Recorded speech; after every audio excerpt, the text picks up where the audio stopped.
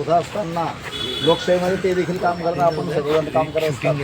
पण लोकशाहीची विशेष जबाबदारी सांभाळत असताना एखाद्या मोठ्या पदावर असताना प्रशासनामध्ये असताना पत्रकारांना जीव मारण्याची धमकी शिवीगाळ हा जो त्यांचं दादागिरी चालली त्याला कुठेतरी आळा बसला पाहिजे. म्हणून या रावेर यावल जळगाव जिल्ह्यातील महाराष्ट्र राज्य मराठी पत्रकार संघ व्हॉइस ऑफ इंडिया व सर्व फैजपूर पत्रकार संघ या तसंच रावेर यावल तालुक्यातील सर्व पत्रकार बांधवांनी निश्चित म्हणून आज त्यांना कठोर कारवाई त्यांच्यावर झाली पाहिजे. त्यांना कुठेतरी शिक्षा झाली पाहिजे की जेणेकरून ते पत्रकार बांधवांविषयी आदर किमान त्यांनी राखला पाहिजे आणि चांगलं बोललं पाहिजे आणि त्यांना समज दिली गेली पाहिजे अशी आमची आग्रहाची विनंती आहे. व्हॉइस ऑफ इंडिया आणि फैजपूर पत्रकार संघासह या रावेर यावल तालुक्यातील पत्रकार बांधवांतर्फे मी त्यांचा निषेध करतो. लोकशाही असताना लोकशाही पद्धतीने जो जबाबदार व्यक्ती त्याने वागलं पाहिजे आणि ते खासदार असताना पत्रकारांचं कर्तव्य आहे की जॉब विचारला पाहिजे आणि ते विचारत असताना मारहाण शिबिगाळ मारून टाकायची जी धमकी दिली ही चुकीची आहे. हे लोकशाहीच्या राज्यामध्ये लोकशाही असताना लोकशाहीचा चौथा आधारस्तंभ हा पत्रकार देखील आहे. त्याला देखील त्यांनी वागणूक अशी दिली. त्या कोण व्यक्ती हा महत्त्वाचा नाही आहे परंतु त्याची प्रवृत्ती ही बरोबर नाही आहे.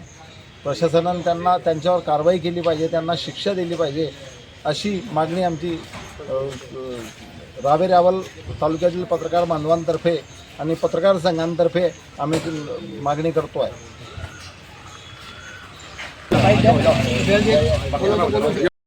2-3 शिवसेनेचे खासदार संजय दिना पाटील यांनी पत्रकारांबद्दल जी असंसदीय भाषा वापरली आहे, शिवीगाळ वापरली आहे, धमकीची भाषा वापरली आहे ती अत्यंत निषेधार्ह आहे. खरं म्हणजे पत्रकार हा लोकशाहीचा चौथा खांब म्हटला जातो, आधारस्तंभ म्हटला जातो. पत्रकारांना अधिकार आहे लोकप्रतिनिधींना जाब विचारण्याचा. ते चुकत असले तर त्यांना त्याचा जो काही असेल तो प्रश्न विचारण्याचा अधिकार आहे. हे राष्ट्रपतींपासून तर ग्रामपंचायत सदस्यांपर्यंत मान्य असताना एक कोणतेही खासदार त्यांना प्रश्न विचारले पत्रकारांनी म्हणून जर या पद्धतीची भाषा वापरत असेल या लोकशाहीमध्ये तर ती तीव्र निषेधार्ह आहे असं आमचं सगळ्यांचं मत आहे. ते कुठल्याही पक्षाचे असो, प्रश्न तो नाही आहे. आम्ही हा संजय दिना पाटलांचा व्यक्तिशः निषेध करत नाही आहे, त्यांच्या प्रवृत्तीचा निषेध करतो आहे.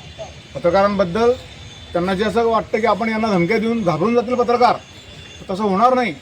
इथल्या लोकशाहीमधले पत्रकार हे उलट अधिक कणखरपणे आणि अधिक जागरूकपणे आपले विचार यापुढच्या काळात मांडतील. त्यांचा तीव्र निषेध आजच्या निमित्ताने रावेर आणि यावल तालुक्यातले सर्व पत्रकार मित्र आम्ही एकत्र येऊन, सर्व संघटना एकत्र येऊन आम्ही त्यांचा तीव्र निषेध या ठिकाणी करत आहोत. आज आमच्या ज्येष्ठ पत्रकार बंधूंनी इथे खासदार संजय दिना पाटील यांनी जे काही पत्रकारांबाबतीत आक्षेपार्ह धमक्या देणे वगैरे हे सर्व गोष्टी केल्या आणि हे घडलेले आहे. याबाबत आज इथे रावेर यावल तालुक्याचे आमची सर्व पत्रकार बांधून इथे प्रांत कार्यालयात येऊन त्या गोष्टीचा निषेध केला, निवेदन दिला.